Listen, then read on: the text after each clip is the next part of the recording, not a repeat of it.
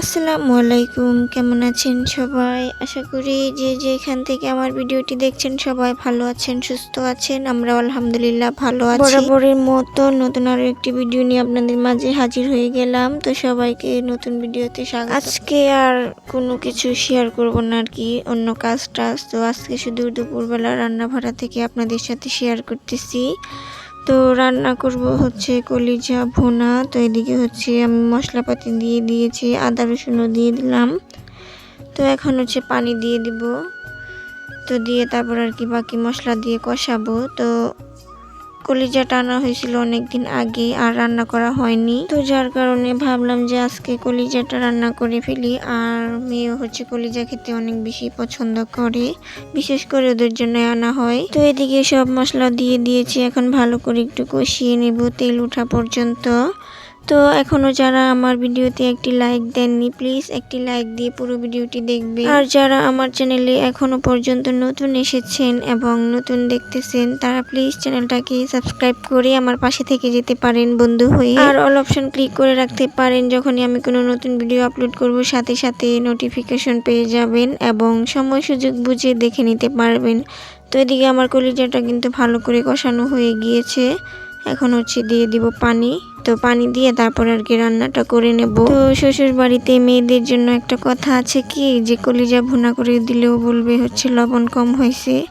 আসলে এটাই বাস্তব। শ্বশুর বাড়ির লোকদের জন্য আপনি যতই করবেন না কেন, তারা হচ্ছে কখনোই আপনাকে বলবে না যে এটা তুমি আমার জন্য করেছো বা তুমি আমার সেরা বৌমা। আসলে এটা কখনোই হয় না। তো তাদের একটা নির্দিষ্ট থাকে যে এই বউটাকে তারা হচ্ছে বেশি প্রাধান্য দেয় এবং তাকেই বেশি ভালোবাসে। সেই বউটা যতই কাজ করুক বা না করুক না কেন, তো আর যে বেশি কাজকর্ম করে বা ভালো রাখে তাদেরকে হচ্ছে দেখতে পারে না। এটা একটা আর কি সমাজের কি বলবো একটা চিত্র বলতে পারেন। তো যাই হোক, এদিকে কলিজাটা রান্না করে নিয়েছি আর এখন মুরগির মাংসটাও বসিয়ে দিয়েছি। আর এদিকে আমার মেয়ে হচ্ছে দুপাই থেকে কাপড় নিয়ে আসছে। আমি শুধু বলছি যে যাও তো একটু কাপড়গুলো নিয়ে আসো, পারবা তুমি? ও হচ্ছে একাই দেখি যে চলে গিয়েছে, আর এই তো নিয়ে আসলে কাপড় চোপড়গুলা। আচ্ছা বাবা দিকি দিকি দিকি। তো আমার ছোট মেয়েটা আবার কাজ করতে পছন্দ করে, তাকে যেটা বলি না কেন করার জন্য সে হচ্ছে করে দেয়। তো যাই হোক, এদিকে আমি হচ্ছে রান্না করব পোলাও। তো এখানে হচ্ছে পেঁয়াজ দিয়ে দিলাম, সাথে আদা রসুন বাটা লবণও দিয়ে দিছি আর গরম মশলা দিয়ে দিছি। এখন হচ্ছে হাতে মাখিয়ে তারপরে পরিমাণ মতো পানি দিয়ে দিব, দিয়ে আর কি কুকারে বসিয়ে দেব। তো এইভাবে রান্না করে, আর এইভাবে আমার কাছে সহজ মনে হয়। তো শর্টকাট রান্না যাকে বলে আর কি। তো এই তো পানিও দিয়ে দিলাম, এখন কুকারে বসিয়ে দেব। তো এদিকে আমার রান্না বাড়াটা একদম শেষ। তো এই তো মাংস ভুনা করে নিয়েছি আর কলিজাটাও ভুনা করে নিয়েছি। আর আজকে হচ্ছে সেরকমভাবে ঝোল রাখিনি, এভাবেই রাখলাম। তো এদিকে এখন বিকেলবেলা বানাচ্ছিলাম হচ্ছে পিঠা, এটাকে মুইঠা পিঠা বলে, ভিতরে আর কি গুড় দিয়ে তারপরে।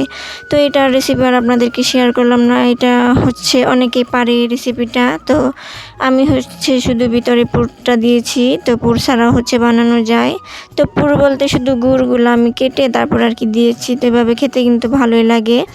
তো পানিতে যেহেতু সিদ্ধ করে নিয়েছি, তো একদম গলে গিয়েছে, মানে এক এক সাইড থেকে একটু ছিদ্র হয়ে তারপরে ভিতর থেকে গুড়গুলো সব বের হয়ে গেছিলো। তো আর একটু মোটা করে বানালে আর কি একটু সুন্দর হতো।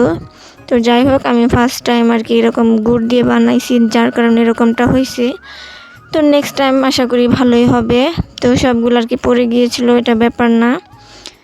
তো পিঠাগুলো বেশ ভালোই হয়েছিল আর খেতে কিন্তু অনেক বেশি মজা হয়েছিল। তো যাই হোক, আজকের মতো এই পর্যন্ত। সবাই